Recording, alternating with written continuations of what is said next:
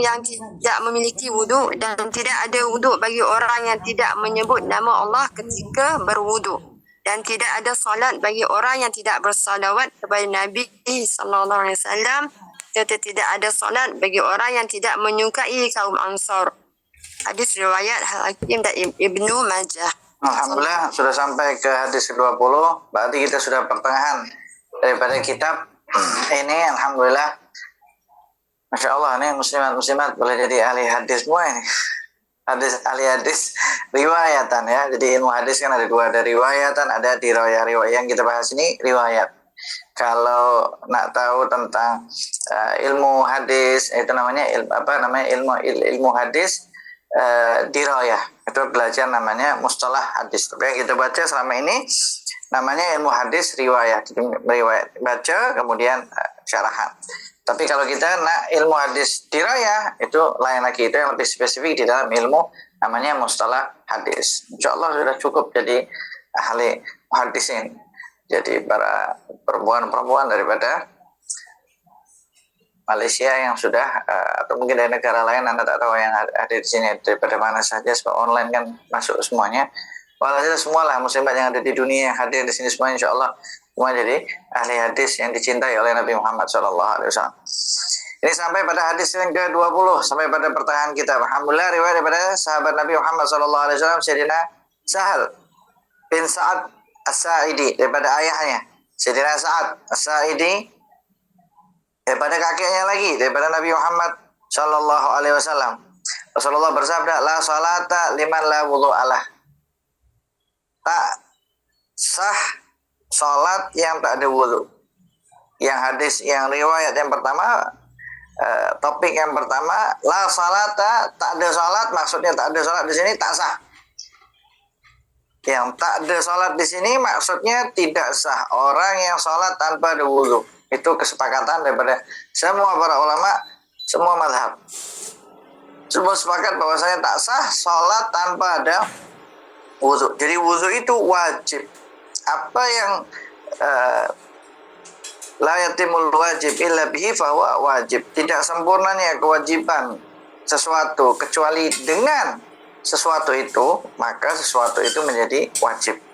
Jadi contoh mudahnya, tidak sempurna kewajiban sesuatu, tidak sempurna kewajiban sholat kecuali dengan wudu, maka wudu itu menjadi wajib.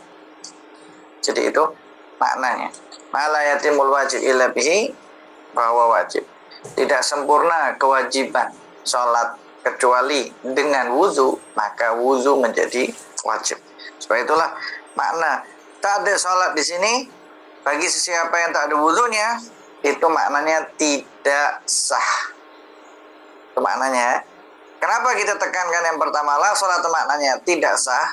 Sebab makna yang kedua berbeza. Wala wudu'a liman lam yadhkur ismallahi alaih. Nah, la di sini kan ada la itu semua. Yang pertama la nahiyah, larangan. La nafiyah, menafikan, maknanya menafikan sehatnya. Kemudian la yang kedua, wala wudu'a liman lam yadhkur ismallahi alaih. Tak ada wudu bagi sesiapa yang tidak membaca nama Allah. Artinya tak sempurna wudu seseorang kalau dia tak baca bismillah. Artinya dia kurang afdol. Artinya kalau dia tak sempurna, maknanya dia kurang afdol. Maknanya dia tak melakukan sesuatu yang perfect. Bukan tidak sah. Tak. Orang yang berwudu tak baca Fatihah, sah wudunya selama dia ikut kaidah fiqh. Selama dia berwudu, pertama niat, kemudian basuh muka, kemudian basuh tangan, kemudian sapu sebagian daripada kepala, kemudian basuh kaki, ikut tertib itu semuanya, maka wudunya sah. Tapi kalau dia berwudu lupa baca bismillah, maka wudunya kurang sempurna. Maknanya la nafiyah yang kedua ialah tidak sempurna, nafiyul kamal. Yang la yang pertama la salata, nafiyus sahah, menafikan kesahihan. Artinya tak sah salat orang yang tak ada wudu. Bukan tak sempurna, tak sah orang yang salat tak ada wudu. Yang kedua, la wudu'a liman lam yadhkur ismallahi alaih. Artinya di dalam kitab ini tadi, siapa yang berwudu tapi tak baca bismillah, maka tidak sempurna wudunya. Kemudian yang ketiga, ini ada yang pertama, topik yang pertama tentang sholat, yang kedua wudu. Yang wudu ini dikatakan, yang pertama dikatakan tak sah, nafinya itu menafikan sah. Yang kedua nafiul kamal, menafikan kesempurnaan. Yang ketiga, wala salata liman lam yusalli ala nabiy sallallahu alaihi wasallam. Nah, yang kedua ini tak ada sholat kecuali siapa yang bersalawat kepada Nabi Muhammad sallallahu alaihi wasallam. Nah, di sini para ulama mengatakan, termasuk Imam Suyuti, la salata liman lam yusalli ala nabi sallallahu alaihi wasallam. Maknanya ialah salawat ke atas Nabi Muhammad sallallahu alaihi wasallam seumur hidup itu wajib, meskipun satu kali, kepada sesiapa yang beriman kepada Allah dan Rasulullah sallallahu alaihi wasallam dan para rasul-rasul yang lain. Sebab Allah katakan, ya ayyuhalladzina amanu sallu alaihi wasallimu taslima. Salawat dan salam kepada Nabi Muhammad sallallahu alaihi wasallam. Nah, kemudian di sini para ulama menjelaskan, adakah kewajiban itu berulang setiap kali, berulang lagi nama Nabi Muhammad sallallahu alaihi wasallam, ataukah cukup satu kali? Jadi maknanya dikatakan di sini la salat ala Nabi sallallahu alaihi wasallam. Kemudian maknanya salawat itu wajib seumur hidup meskipun sekali. Nah, adakah kewajiban salawat itu setiap kali disebut nama Nabi itu dia wajib bersalawat, atau cukup satu kali ketika dia mendengar nama Nabi disebut, dia cukup satu salawat sekali saja? Nah, di sini yang para ulama akan menjelaskan, apakah itu berulang-berulang. Nah, termasuknya di sini di dalam sholat. Kita nak kena ingat bahwa ada hadis yang sebelumnya, orang yang kedekut itu orang yang disebut namaku tidak sholawat. Pertama. Yang kedua, didoakan oleh malaikat Jibril, orang yang celaka dia kalau namamu disebut wahai Rasulullah, maka dia tak bersalawat kepadamu sallallahu alaihi wasallam. Jadi maknanya, daripada ada dua riwayat amaran itu tadi, setiap kali disebut nama Nabi, kita wajib bersalawat ke atas Nabi Muhammad sallallahu alaihi wasallam. Itu sepatutnya seperti itu, kalau tak masuk di dalam istilahnya kedekut. Nah, kemudian di sini ketika dimaknakan tak ada salat kepada sesiapa yang tak bersalawat kepada Nabi Muhammad sallallahu alaihi wasallam, disinilah para ulama berbeza pendapat. Adakah tak ada salat itu maksudnya tak sah, atau adakah salat ini tak sempurna salat? Di sini para ulama berbeza pendapat. Karena berbeza antara tak sah dan tak sempurna. Tambahan lagi para ulama mengatakan tak diterima, artinya tak makbul dan tak jatuh fardunya, tak selesai kewajibannya. Jadi para ulama berbezanya yang pendapat yang mana. Kalau untuk yang bab salawat ini tadi, artinya berbeza pendapat antara makbul dan hilang kewajiban dia, antara dua. Nanti kalau yang tak ada yang tak paham, langsung tanya di situ ya. Jadi antara la salat ini artinya tak diterima salatnya, tak makbul, atau yang kedua tak jatuh kewajibannya. Jadi para ulama ada yang mengatakan, termasuk Imam At-Tahawi Al-Karhi mengatakan dia dia itu tak makbul salatnya kalau dia tak baca salawat kepada Nabi Muhammad Sallallahu Alaihi Wasallam. Tetapi ketika dia sholat tak makbul, bukan berarti kewajiban dia itu jatuh juga. Artinya kewajiban dia jatuh itu bahasa mudahnya tak sah. Artinya dia tetap wajib sholat lagi. Artinya tidak diterima sholatnya.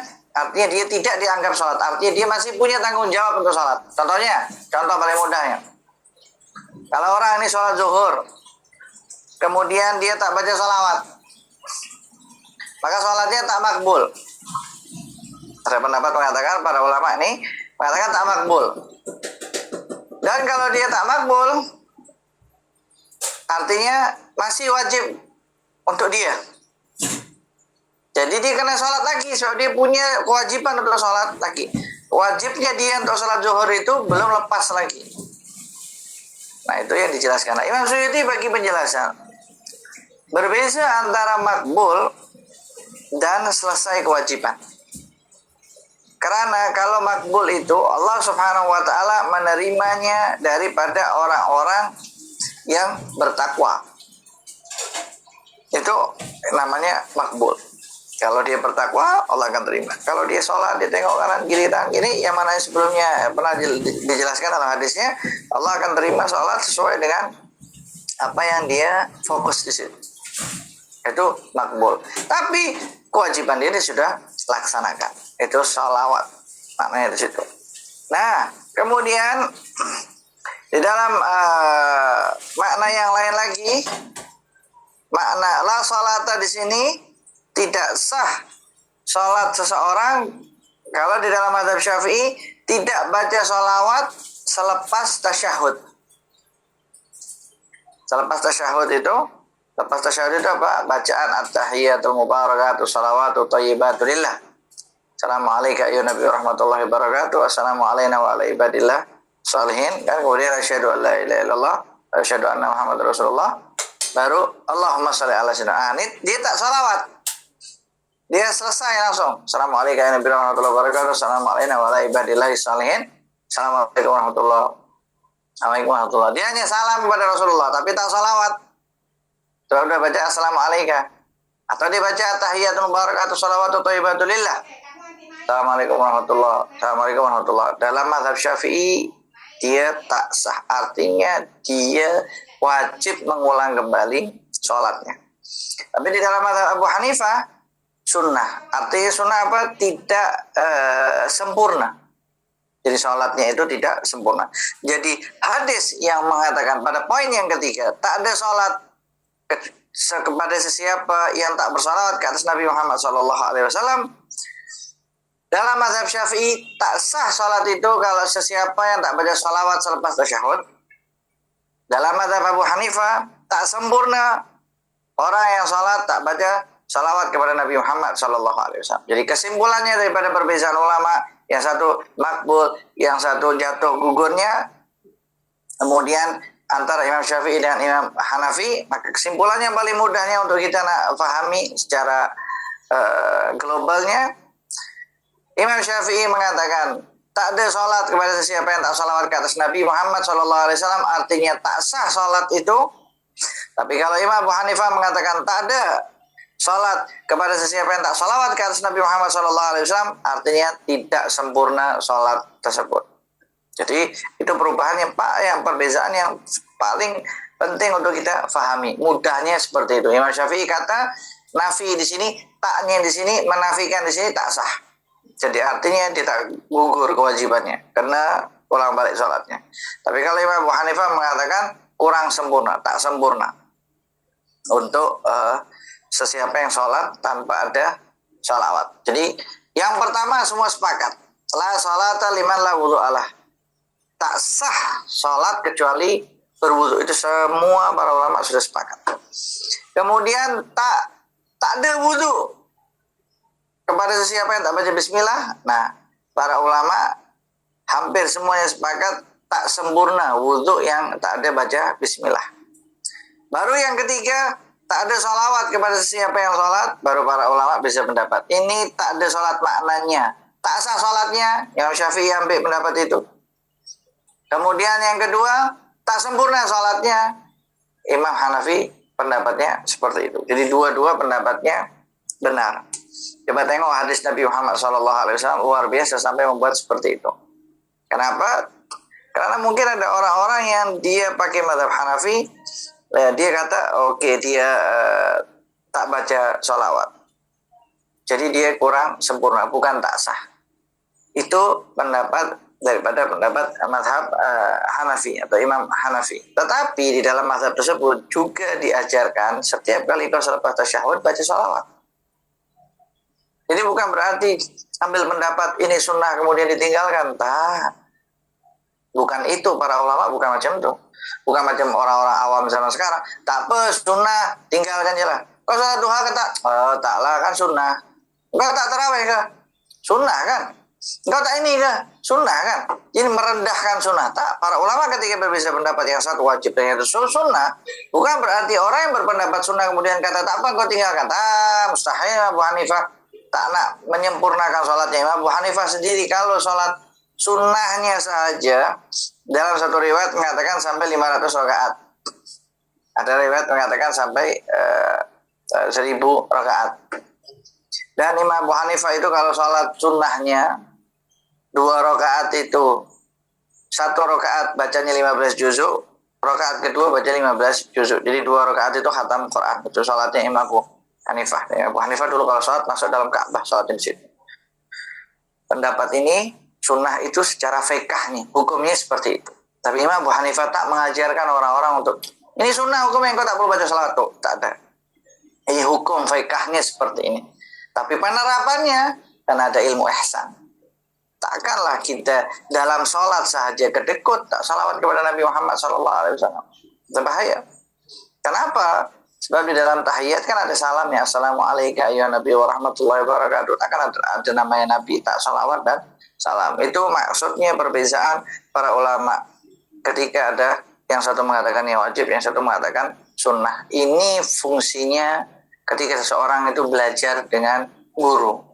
Jadi dia tahu, oh ini sunnah maknanya bukan berarti dia tinggalkan. Tak. Sunnah hukumnya secara fikih. Tapi beliau sendiri sudah mengajarkan untuk membaca sholawat tersebut. Dan murid-muridnya juga mengajarkan seperti itu. Tapi hukumnya seperti itu. Jadi ketika dikatakan ini tak sempurna, kurang sempurna orang yang sholat tapi dia tak baca sholawat. Kemudian Imam Hanafi sholatnya ditinggalkan ke sholawat. Tak ada, Imam Hanafi cari yang sempurna. Hukum ini mungkin untuk orang-orang yang baru masuk Islam. Artinya boleh diterapkan di situ. Atau ada orang-orang yang belum hafal lagi baca sholawatnya. Atau orang-orang yang baru mengerti bacaan yang betul, yang fasih, itu diterapkan seperti itu. Oke, tak apa, baca dulu yang hafal. Nanti selepas hafal pasti dia akan diajarkan sholawat. Itu faedah hukumnya, ini fungsinya. Setiap kali kita tengok pendapat yang mengatakan satu wajib, satu mengatakan sunnah, bukan berarti yang mengatakan sunnah betul kita tinggalkan. Tak, bukan seperti itu. Kita belajar perbezaan para ulama hukumnya ini tadi bukan untuk menggagalkan atau menghilangkan atau membuang, tak, justru kita akan menerapkan. Apalagi ada yang mengatakan satu wajib satu sunnah, artinya ini sangat-sangat kuat, sangat sensitif dia punya hukumnya. Berbeda kalau ada yang mengatakan satu mubah, yang satu mengatakan sunnah. Nah, itu secara semula jadi kita tak nak ambil pahala, kita nak ambil pahala. Berbeza lagi kalau perbezaannya antara yang satu makruh, yang satu makruhnya itu karahat tanzih, yang satu karahat tahrim. Itu berbeza lagi.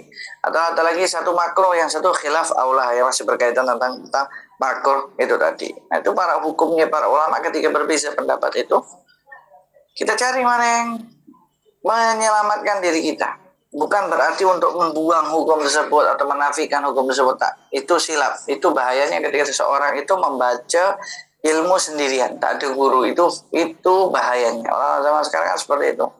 Orang zaman sekarang sudah ada AI. Semua sudah belajar dengan AI. Cakap apa aja percaya. Itu kesianlah orang-orang bodoh betul. Kalau orang-orang apa yang diucapkan oleh AI itu betul semua.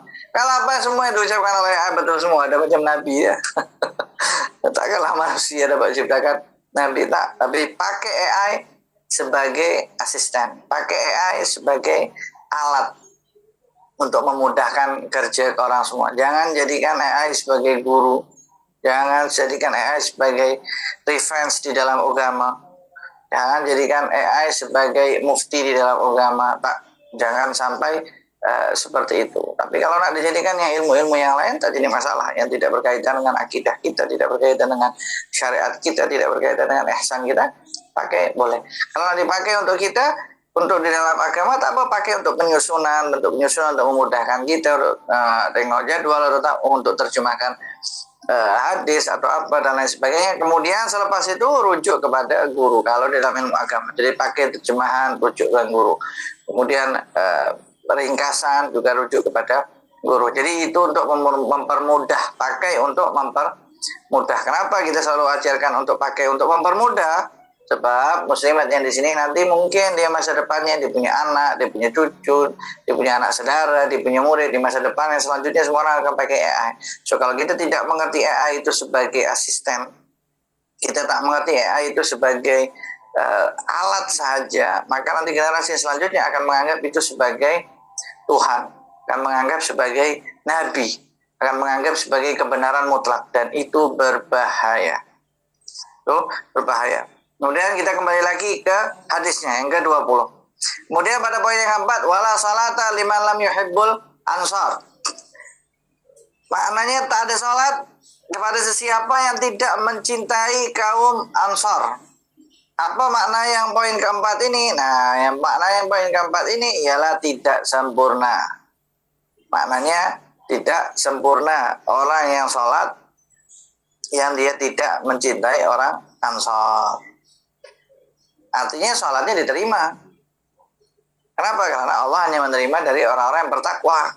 Kalau dikatakan tidak diterima sholatnya orang yang tidak cinta orang-orang Ansor, artinya orang yang tak cinta orang Ansor, tidak cinta kaum Ansor, dia kafir karena Allah tidak menerima dari orang kafir. Tapi orang kafir itu kewajiban dia masih menjadi tanggung jawab dia. Jadi kalau ada orang kafir sampai dia meninggal mati kafir, dia disiksa sama Allah. Kenapa? Karena dia meninggalkan kewajiban. Allah perintahkan dia untuk sholat, tapi dia tak sholat. Kenapa dia tak sholat? Sebab dia tak masuk Islam. Kenapa dia tak masuk Islam? Sebab dia dengar iblis dan dajjal.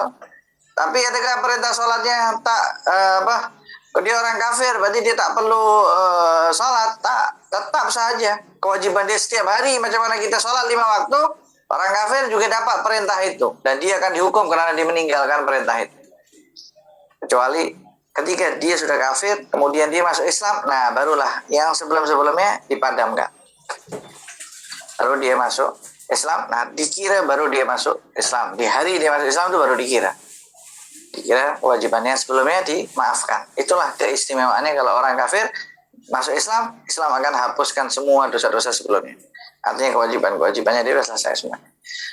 Jadi kalau orang yang lahir daripada lahirnya sudah Muslim, dia tak ada pengampunan itu semuanya, tak boleh ditinggalkan kewajibannya. Jadi tak ada sholat pada siapa yang tak cinta kepada kaum Ansor, maknanya tidak sempurna.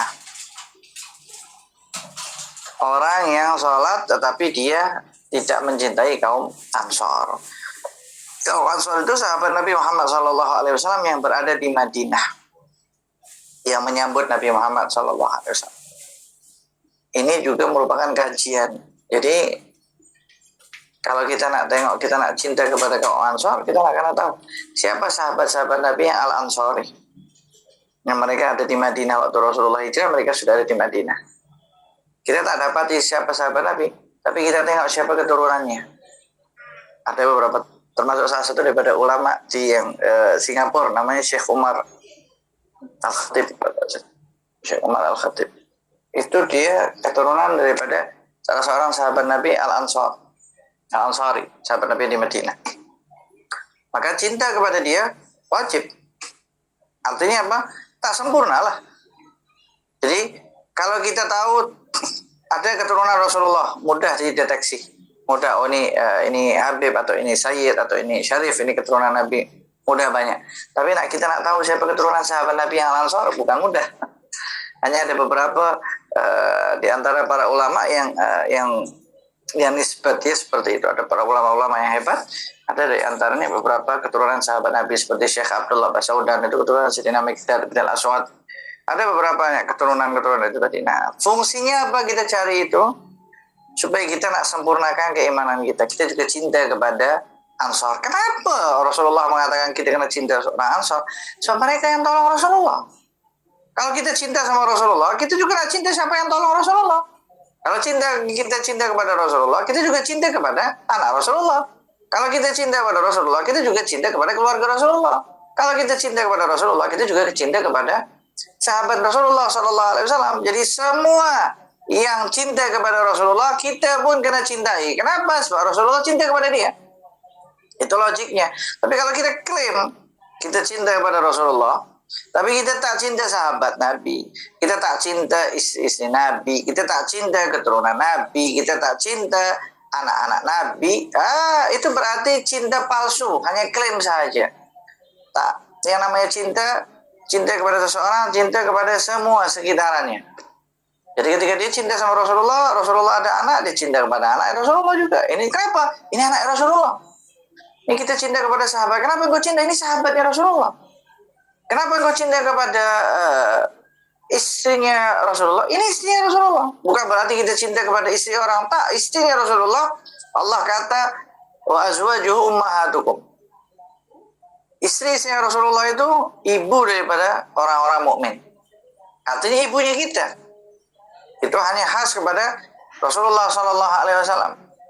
Khas untuk yang berkaitan itu tadi. Bukan berarti ada ulama pewarisnya para nabi, aku cinta juga dengan istrinya. Tak boleh ya. Oh, aku cinta dengan Nusa Ali. Oke, aku juga cinta dengan istrinya. Tak boleh lah, itu istri orang, tak boleh. Tapi cinta dengan anak-anaknya, itu tak jadi masalah. Kalau masih kecil-kecil, sayang bahasanya. Seperti itu. Tapi kalau Rasulullah, semuanya. Itulah Rasulullah mengajarkan kepada kita seperti itu. Dan Rasulullah juga ajarkan kepada kita untuk cinta kepada kaum Ansor. Coba tengok. Mana sahabat-sahabat Nabi daripada Bani Ansor? Mana keturunannya? Cintai mereka. Mana sahabat Nabi daripada kaum Muhajirin? Kita cintai. Kenapa? Karena dia ikut hijrah bersama Nabi Muhammad. Berjuang bersama Nabi Muhammad di Mekah. Jadi semua mencintai. Jadi kalau ada orang yang suka tentang Rasulullah, buka majelis sholawat, buka kelas tentang sholawat, buka tentang maulid, semua yang berkaitan tentang Rasulullah, tentang majlis syama'il, tentang Imam Tirmidzi, sirah Nabi Muhammad SAW. Ada orang yang berbicara semua tentang sholawat, kita juga cinta kepada dia. Kenapa kita cinta kepada dia? Sebab dia berkait dengan Rasulullah SAW. Jadi apa yang dicintai oleh Rasulullah, kita suka. Kita tengok Rasulullah suka warna apa, baca syama'il. Kita tengok Rasulullah suka makan apa, baca syama'il. Kita tengok macam mana cara pakai imamahnya Rasulullah. Ada 4 cara, 3 atau 4 cara. Kita baca syama'il, kemudian kita terapkan. Kemudian kalau perempuan macam mana, Rasulullah suka tengok apa kepada Sayyidah Fatimah, kita terapkan. Oke, berarti Rasulullah suka ini. Kemudian Rasulullah beritahu Sayyidah Fatimah suka apa, aku juga suka. Kemudian tengok macam mana Sayyidah Khadijah dibuat apa, Rasulullah suka, kita praktikkan. Itu yang sepatutnya kita amalkan. Sebab mereka berkait dengan Nabi Muhammad SAW. Jadi tugasnya muslimat ini bukan mudah.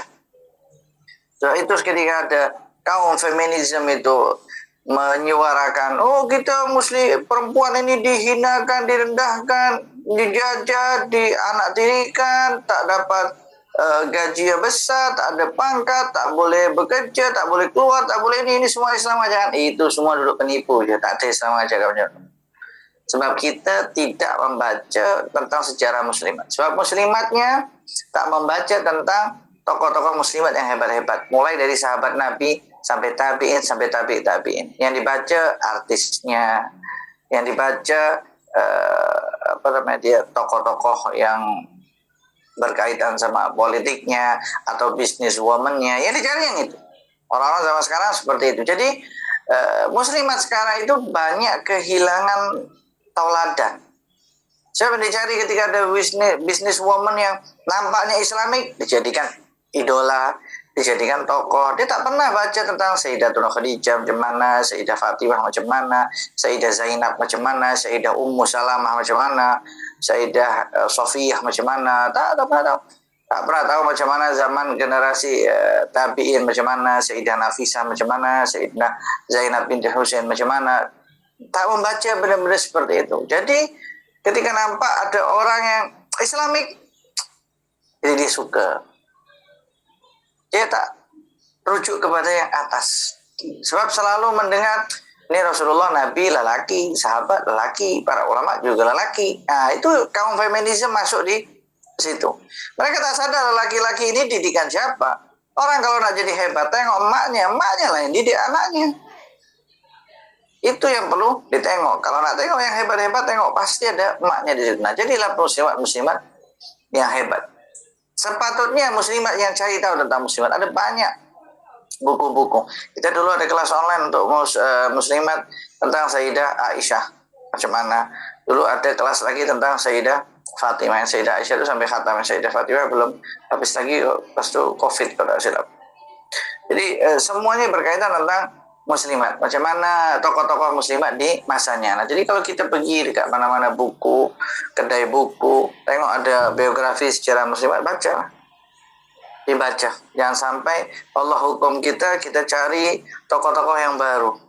Idol-idol yang baru. Yang mana mereka pakai cara-cara yang nampak Islamik, tapi mereka untuk jualan mereka punya produk. Macam orang-orang yang ikut orang-orang yang ada di Europe, orang-orang dia betul dia muslimat, tapi muslimatnya meniru orang-orang kafir. Tak pernah kenal Sayyidah Fatimah siapa, tak pernah kenal Inta. Kita jadi muslimat jangan seperti itu. Kita jadi muslimat nak kena ada asas tuh. Bukan berarti tak boleh jadi business woman, boleh nak jadi business woman, boleh nak jadi bos, boleh nak jadi artis, boleh nak jadi apalagi engineer, boleh nak jadi dokter, boleh, tapi asas Islamik dia kena tahu. Tauladan dia kena ada.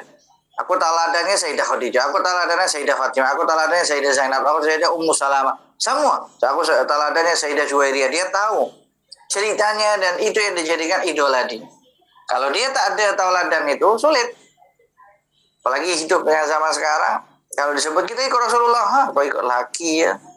Aku ikut sahabat Nabi, kau ikut laki ya. Aku ikut Ustaz Fulan, kau ikut laki ya. Mana perempuan tak ada. Nah, akhirnya yang diidolakan tokoh-tokoh Hollywood, tokoh-tokoh Bollywood, semua yang nampaknya Islamik tapi bukan Islam. Jadi itulah pentingnya ketika seseorang faham apa yang diucapkan oleh Nabi Muhammad SAW. Tidak sempurna iman, tidak sempurna salatnya kecuali orang-orang yang cinta Ansor. Artinya cinta sahabat lelaki Ansor, cinta sahabat perempuan Ansor. Siapa istri mereka juga termasuk Ansoriyah.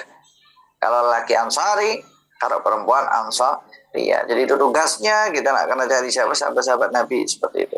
Di Singapura dulu ada Syekh Al-Khatib, atau ada beberapa ulama yang sekarang masih ada keturunan daripada Al-Khatib, itu masih ada keturunan sahabat Nabi Muhammad SAW Ansari. Kemudian Al-Miqdad bin Aswad itu Al-Ansari juga, kalau tak silap, yang keturunannya itu Syekh Abdullah Basaudan. Ini kan hadrahnya selalu didengar. Dan ada banyak sahabat-sahabat Nabi Muhammad SAW daripada kaum Ansar. Kalau kaum Muhajirin yang bersama Rasulullah SAW sudah jelas. Muhajirin dan Ansar ini luar biasa. Jadi coba tengok macam mana Rasulullah berikan kita tugas. Kita nak kena cek siapa sahabat-sahabat itu, kita nak cinta kepada mereka. Kenapa? Sebab Rasulullah bagi tahu tak sempurna sholat orang semua sampai cinta kepada kaum Ansar. Kemudian macam mana Ustaz kalau kita tak dapat nak cek semua, baca buku semua, ya sudah, semua sahabat daripada Bani Ansar kan kita cinta. Selain daripada Ansar, kita cinta kepada semua sahabat Nabi Muhammad SAW. Jadi apa yang Nabi sebut, Muhajirin kita cinta semuanya, Ansar kita cinta semuanya. Artinya kalau kita cinta kepada mereka, kalau ada keturunan mereka, kita cinta. Selesai. Artinya dengan mudah kita jalankan apa yang diajarkan oleh Nabi Muhammad SAW. Dan sahabat Nabi banyak sahabat Nabi yang sudah hijrah kemana, pergi ke Turki, pergi ke China, pergi ke macam-macam. Ada banyak, ada beratus ribu sahabat Nabi Muhammad SAW. Itu sahabat Nabi Muhammad SAW. Hadis ini diriwayatkan oleh Imam Hakim dan Imam Ibnu Majah. Fadhal, hadis yang selanjutnya, Ustazah. Al-Hadisul Hadi wal Ashrun, hadis ke-21. Ani Ibni Mas'ud radhiyallahu anhu qala Rasulullah sallallahu alaihi wasallam, inna awlan nasi bi yaumal qiyamah aksaruhum alayya salah, rawah At-Tirmizi wa hasanah. Dari Ibnu Mas'ud radhiyallahu anhu berkata, Rasulullah sallallahu alaihi wasallam bersabda, ini orang yang paling dekat denganku pada hari kiamat adalah yang paling banyak bersalawat kepadaku. Hadis riwayat At-Tirmizi. Kemudian hadis yang ke-21. Hadis riwayat Imam Tirmidzi. Imam Tirmidzi ini boleh dibaca Tirmidzi, boleh dibaca Tarmizi, boleh dibaca Turmuzi. Jadi boleh dibaca baris depan semuanya, tak dengan mimnya, Turmuzi. Boleh dibaca baris bawah, tak dengan mimnya, semuanya Tirmidzi. Boleh dibaca baris atas taknya, baris bawah mimnya, Tarmizi. Boleh dibaca seperti itu. Jadi boleh dibaca Turmuzi, boleh dibaca Tirmizi, boleh dibaca Tarmizi. Ini ada riwayat Imam Tirmidzi, beliau meriwayatkan daripada Sayyidina Abdullah bin Mas'ud radhiyallahu anhu qala Rasulullah sallallahu alaihi wasallam inna awlan nas bi yaumil qiyamah aktsaruhum alayya salatan. Sesungguhnya orang yang paling dekat denganku nanti pada hari kiamat. Jadi kalau kita nak pada hari kiamat dekat, kita kata Rasulullah aktsaruhum alayya salatan, yang paling banyak salawatnya dia yang paling dekat pada di hari kiamat. Nampaknya hadisnya macam simpel dan mudah. Tak. Kita nak tahu pada hari kiamat nanti ketika di padang mahsyar dikumpulkan ada berapa billion. Ada berapa billion manusia di situ. Dari zamannya Nabi Adam sampai orang yang mati terakhir daripada umatnya Nabi Muhammad. Yang muslim saja ada berapa? Ini di Malaysia sekarang jumlah penduduknya berapa? Ada yang tahu tak yang ada sih? 23 juta ke 24 juta Malaysia penduduknya? Ada yang tahu? Oh, tak ada yang tulis. Berarti tak ada yang tahu. Termasuk berapa jumlah muslimnya? Ada beberapa ratus di Malaysia.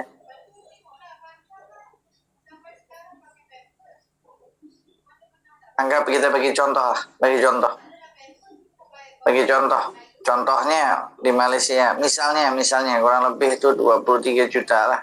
22, 23, 24, antar macam itu kita ambil aja 24. Anggap aja jumlah muslim di Malaysia setengahnya 24, artinya 12 juta. Anggap aja 50% muslim. Oh, ini ada yang tulis 34 juta. Oh, Masya Allah. Oh, 34. Oh, 34 juta. Oh, banyak. 34 juta, 34,2 juta. Berarti jumlah muslimnya anggap aja 50% ya. 34 bagi 2 berapa?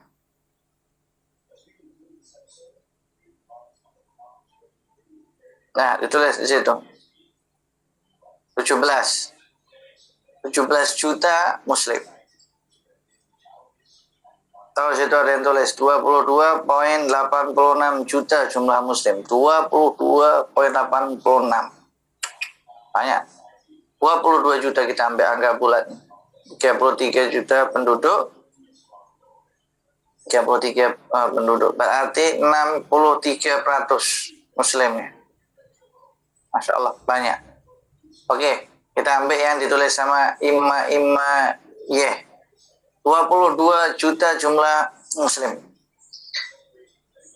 22 juta umat Islam yang sekarang ada jumlah muslimnya 20 juta. Coba bayangkan 22 juta nak dekat dengan satu orang. Caranya satu. Yang paling banyak menyebut namanya dia yang paling dekat. Macam mana kita nak bersaing dengan 22 juta orang? 22 juta orang bersaing. Ini di zaman kita. Nah, Malaysia zaman dulu 10 tahun lepas berapa jumlahnya? Ditambah lagi. Kemudian zaman sebelumnya lagi ditambah lagi 22 juta. Ini 22 juta di Malaysia. Nah, di Indonesia yang 260 juta, 260 ribu, 30 ribu. Belum lagi di Yaman yang semuanya. Jadi di Malaysia saja kalau kita nak berlomba-lomba, nak buat competition dari 22 juta itu tadi, yang paling dekat dengan Nabi Muhammad siapa? Yang paling banyak salawatnya. Macam mana kita nak jadi manusia yang paling banyak salawatnya? Nah, ini lagi One Mega tulis 32 juta. Oke, Muslim 20 juta, 63 300. Baik. Jadi antara 20 sampai 22 juta muslim. Coba bayangkan 20 sampai 22 juta itu tadi. Kita nak jadi yang paling banyak salawatnya untuk dekat dengan Nabi Muhammad SAW.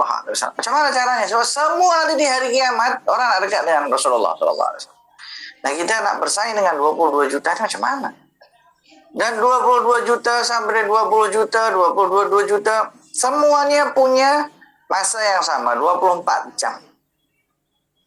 Semuanya, kalau misalnya masih muda, dia bekerja. Daripada pagi, biasanya bekerja, kalau dia ikut syarikat, bagi petang, balik. Yang bekerja sendiri, tak, dia free. Dia bebas masa dia. Yang sudah pensiun, 24 jam. Ada masanya. Jadi macam mana kita nak bersaing dengan 20 sampai 22 juta orang itu tadi? Macam mana kita nak bersaing di Malaysia untuk menjadi orang yang paling dekat dengan Nabi Muhammad SAW pada hari kiamat? Macam mana nak bersaing dengan mereka? Macam mana nak jadi orang yang selalu dapat bermimpi berjumpa dengan Nabi Muhammad SAW? Macam mana?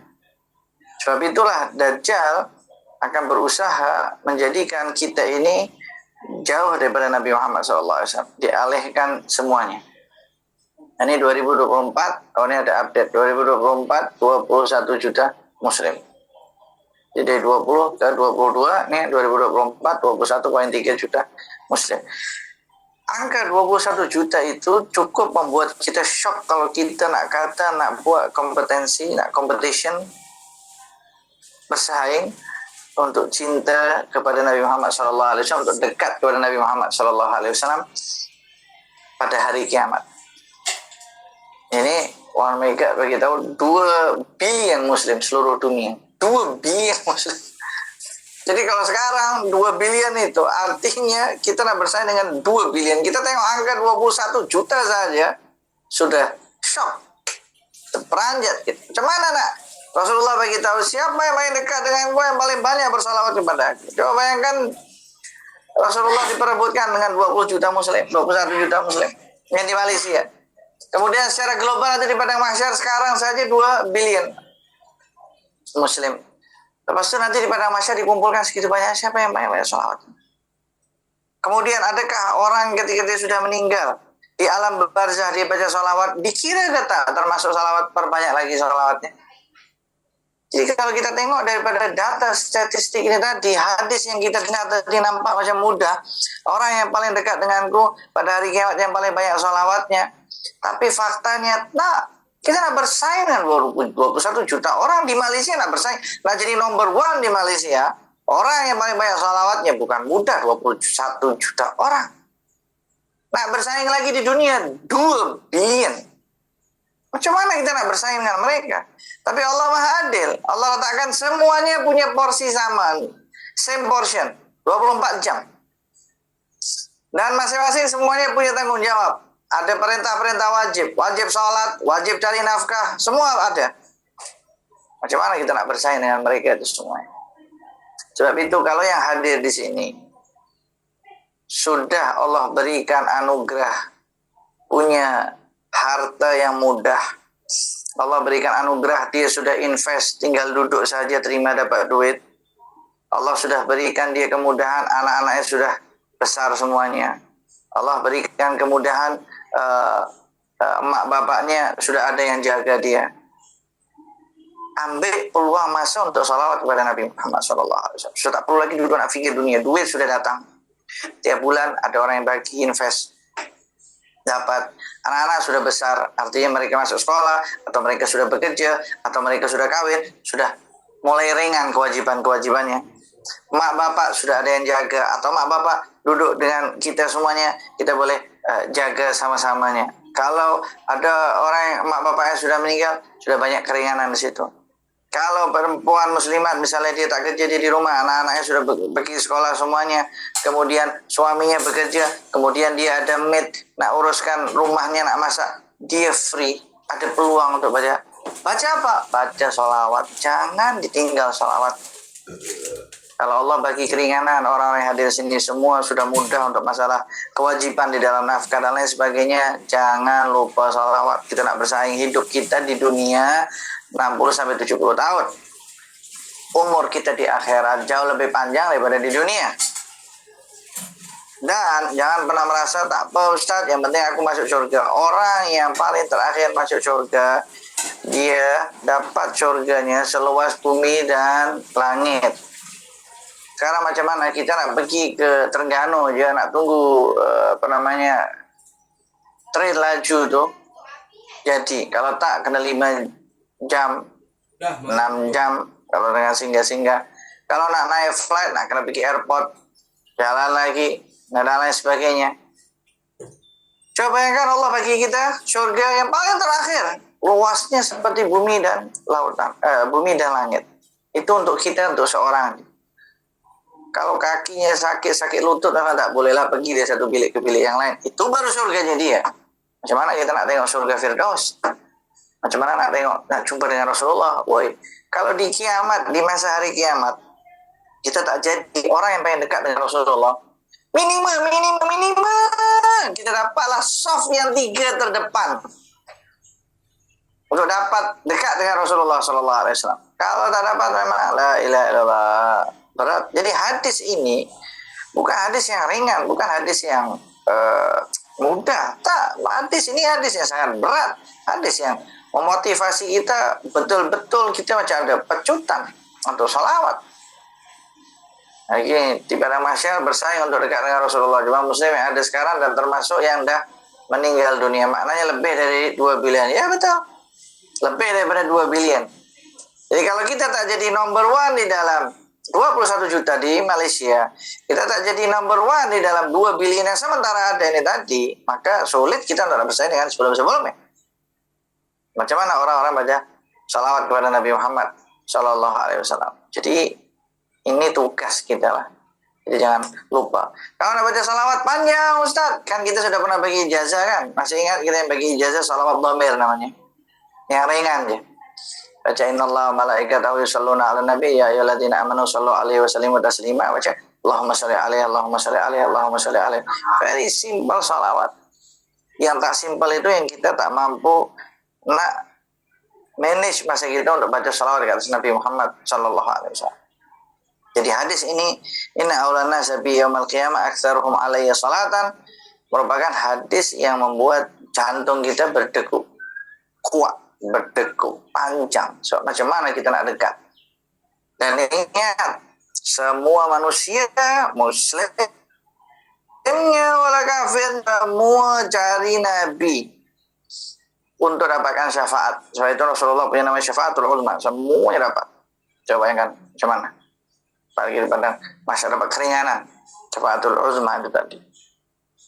Datang ke Nabi Adam, datang ke Nabi Nuh, datang ke Nabi Musa, datang ke Nabi Ibrahim, datang ke Nabi Isa, yang dapat menyelamatkan Nabi Muhammad SAW. Jadi kalau kita tak kuat kaitan kita dengan Nabi Muhammad SAW, maka berat. Jangan pernah duduk fikir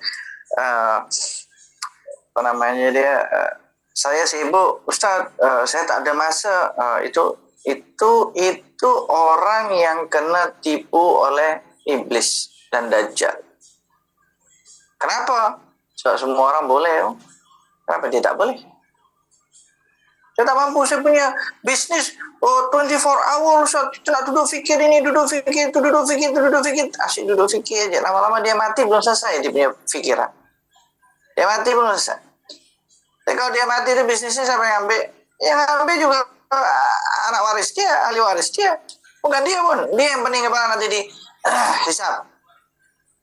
Jadi Rasulullah bagi dan ajarkan kita untuk menjadi orang yang tengah-tengah, di manage masing-masing semua 24 jam. Yang kaya raya pun 24 jam, yang punya flight 24 jam, yang punya building 24 jam, yang punya Ferrari 24 jam, yang punya ganjil 24 jam, yang tak punya apa-apa 24 jam, semua sama 24 jam. Dan yang dekat dengan Rasulullah, yang paling banyak bersolat kepada Rasulullah, yang punya masa 24 jam, sama semuanya. So, semuanya bergantung kepada kita. Kita punya priority apa? Kalau kita punya priority Rasulullah, kita boleh je drive sambil baca salawat, kita boleh je kerja sambil baca salawat. Yang paling mudah contohnya Sultan Abdul Hamid kedua. sultan terakhir di dalam dinasti Utsmaniyah. Kenapa dikatakan sultan yang terakhir? Sebab selepas beliau meninggal, selepas beliau turun, yang naik itu semua sudah ada pengaruh Yahudi Donmeh. Yahudi Donmeh itu orang-orang Yahudi yang berpura-pura sebagai Muslim. Dia pergi ke masjid, dia ikut membaca, nampaknya ikut baca Al-Quran, padahal semua Yahudi. Sudah diatur semuanya. 3 selepasnya, lepas itu barulah dibuang semua. Sultan Abdul Hamid tak pernah lepas ribuan sholawat kepada Nabi Muhammad SAW. Itu sultan. Artinya hampir semua dunia muslim di bawah dia. Yang sibuknya luar biasa. Sekarang bagi soalan, kita tanya kepada diri kita, adakah diri kita ini sultan? Atau adakah yang muslimat ini sultanah? Perempuan sultannya? Ataukah yang hadir di sini mungkin ada ratu? Atau ada permaisuri? Atau ada presiden mungkin yang hadir di sini, presiden perempuan? Tidak ada. Kalau yang seperti itu saja boleh baca sholawat terus sampai beribu, takkan kita yang banyak waktu yang kosong kita tak baca sholawat? Kita duduk fokus, priority kita tidur kena 8 jam. Kalau tak sehat. Nanti kalau tak sehat sakit. Duduk fikir macam tu je. Nah, kenapa kita tak fikir macam mana nak kesehatan hati? Ya Rasulullah beritahu siapa yang sholawat terus bersolawat, semua fikiran dia akan dicukupi, semua dosa dia akan diampuni. Artinya semua akan dicukupi. Kalau engkau takut tak sehat, Rasulullah kata dengan sholawat engkau akan sehat. Kalau engkau takut terlalu banyak dosa, dengan sholawat dosamu dihapuskan, dipadamkan. Kurang apa? Tufahamu, apa yang kau duduk fikir dicukupi. Kalau aku tak tidur 8 jam, nanti aku sakit ya Rasulullah. Nah, sekarang kau duduk salawat lah. Pasti tak sakit. Kalau dia fikirannya seperti itu, nak buat motivasi seperti itu. Kalau dia boleh tidur dan dia baca salawat, tak jadi masalah. Bahkan sekarang ada penelitian yang termasuk jenis penelitian baru, kalau orang nak paksa dia nak tidur 8 jam, oh baik, 8 jam itu tak harus dari 1 sampai 8 jam direct, tak. Yang penting selama 24 jam, pikiran angka totalnya 8 jam. Ada teori yang baru seperti itu, tapi anak lupa siapa yang bercakap yang menemukan teori itu tadi. Ada salah satu daripada dokter di Arab. Jadi kalau dia tidur 3 jam, lepas itu nanti ada masa lagi dia tidur lagi 2 jam, itu sudah 5. Itu lagi 1 jam, 6. Selama 24 jam itu dia ada tidur 8 jam, sudah cukup. Jadi bukan direct itu semuanya. Kalau nak ikut mazhab yang 8 jam.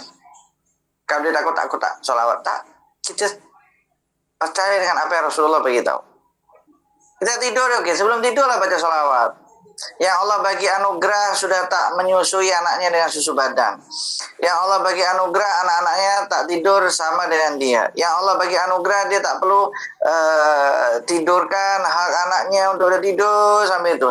Yang Allah beri anugerah dia dapat tidur sendiri. Dia sendiri atau dia dengan suaminya. Ambil peluang untuk baca salawat.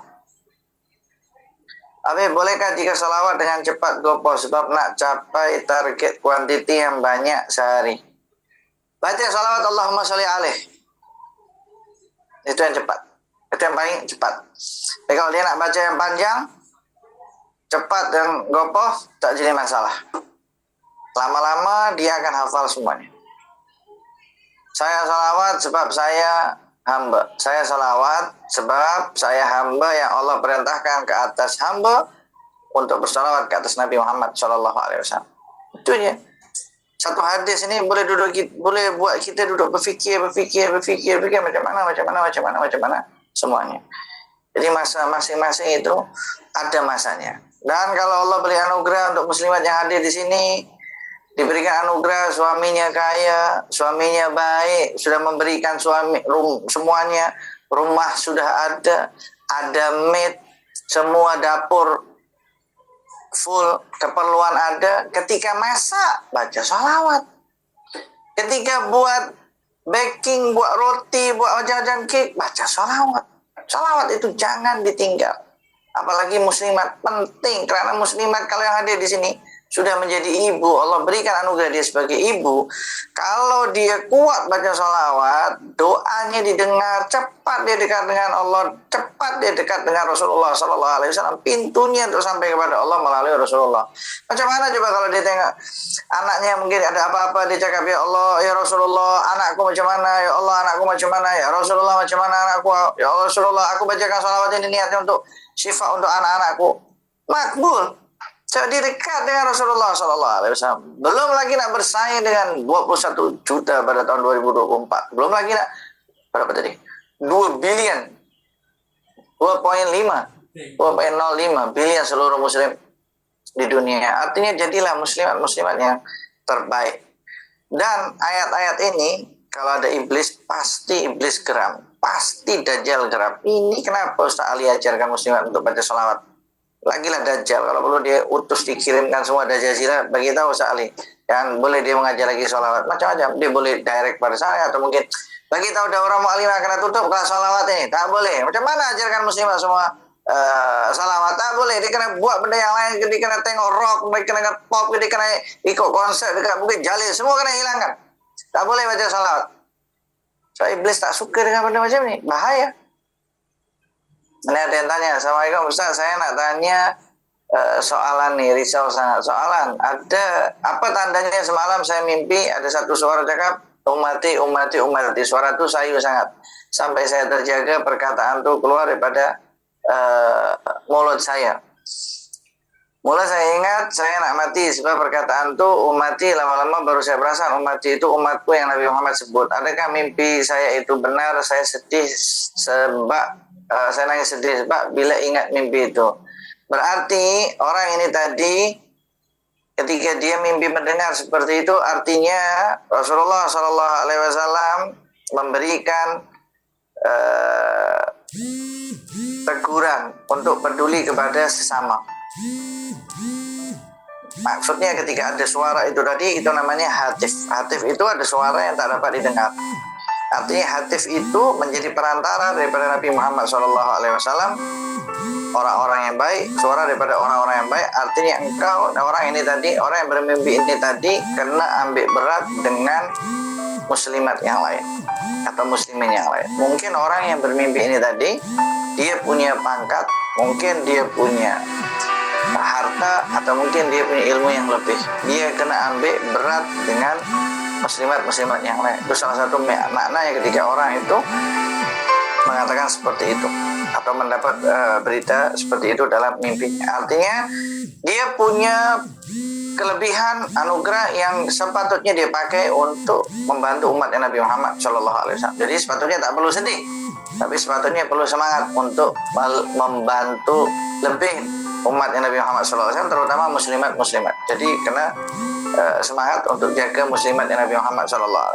Sebab ingat, orang-orang Yahudi itu ketika nak jatuhkan Turki Utsmani, mereka pening kepala macam mana. Satu orang Yahudi bagi tahu, engkau orang tak perlu pening, engkau hancurkan saja harem, ada istana perempuan tuh, engkau hancurkan saja muslimat yang ada di kerajaan Turki Utsmani dan orang-orang yang wasan Turki, engkau rusak semua perempuannya, hancur itu kerajaan. Coba tengok, akhirnya diterapkan dan hancur. Jadi dirosakkan semua perempuan-perempuan di masa itu dengan berbagai jenis pemikiran. Jadi ketika ada suara seperti itu tadi, nah mungkin itu suara yang untuk bagi motivasi dia, atau mungkin dia ikut di suatu perkumpulan di dalam mimpinya dia tak dapat tengok dia siapa, kemudian ada suara untuk memberikan tugas kepada orang-orang yang ada di sekitaran itu tadi, dan dia mendengar suara itu tadi. Artinya mimpi itu ialah tugas untuk orang yang bermimpi ini tadi, bahwasanya dia kena ambil berat dengan muslimat, dia nak kena ajarkan kepada kaum muslimat semuanya dekat pada Nabi Muhammad Sallallahu Alaihi Wasallam. Dan semoga muslimat yang hadir di sini menjadi muslimat-muslimat yang selalu bersalawat kepada Nabi Muhammad Sallallahu Alaihi Wasallam. Jadikan muslimat-muslimat yang hadir di sini muslimat-muslimat yang terhebat, yang paling hebat, yang paling baik, yang paling salehah, yang paling alim, yang paling mendekati kesempurnaannya sebagai seperti ibu-ibu kita semuanya yang ada di Malaysia sehingga dapat memberikan manfaat kepada orang-orang yang sekitarnya. Mudah-mudahan muslimat yang ada di sini dijaga oleh Allah daripada semua orang-orang yang dengki, orang-orang yang hasad, orang-orang yang iri, orang-orang yang benci. Dan semoga Allah Subhanahu wa taala kekalkan muslimat yang di sini untuk tetap selalu belajar, untuk tetap selalu mencari ilmu, untuk tetap mempelajari apa yang dibawa oleh Nabi Muhammad sallallahu alaihi wasallam. Dan semoga Allah jadikan muslimat yang di sini Allah berikan mereka taufik selepas mereka memahami apa yang mereka pelajari, selepas mereka belajar apa yang mereka pelajari, mereka sampaikan kepada anak-anaknya, sampaikan kepada suaminya, sampaikan kepada kawan-kawannya, sampaikan kepada semuanya dengan berkatnya Nabi Muhammad SAW, supaya kita menjadi orang yang paling dekat dengan Nabi Muhammad SAW. Minimal kita masuk di dalam shaf yang ketiga di antara orang yang dekat kepada Nabi Muhammad SAW. Allahumma ftah alaina wa alaikum futal arifin fakihna wa yakum fiddin وأهدنا وإياكم إلى سواء السبيل وارزقنا وإياكم فهم النبيين وحفظ المرسلين وإلهام الملائكة المقربين يا رب يا كريم. اللهم لا تجعل مصيبتنا في ديننا، اللهم لا تجعل مصيبتنا في ديننا، اللهم لا تجعل مصيبتنا في ديننا، اللهم لا تكشف لنا حال وبارك لنا في الأهل والمال والعيال وارزقنا من رزقك الحلال واكفنا شر ما تأتي به الأيام والليال. اللهم نزه قلوبنا عن التعلق بمن دونك واجعلنا من قوم تحبهم ويحبونك. اللهم يا من وفق على الخير وأعانهم عليه وفقنا للخير وأعنا عليه. وصلى الله وسلم على سيدنا Muhammad wa ala alihi washabihi wasallam walhamdulillahi rabbil alamin. Terima kasih semuanya. Terima kasih banyak Habib. Assalamualaikum warahmatullahi wabarakatuh. Dan Habib. Warahmatullahi wabarakatuh.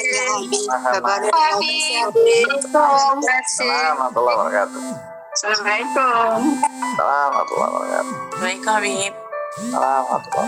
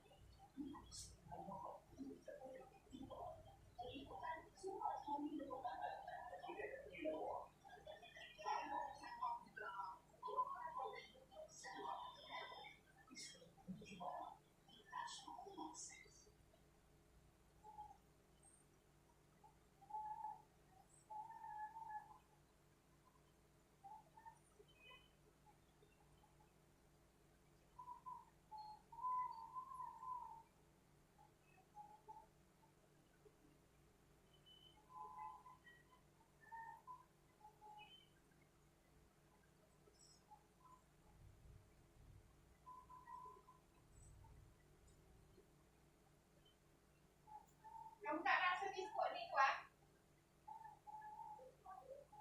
Biskut yang dapat kenduri tu lah semalam.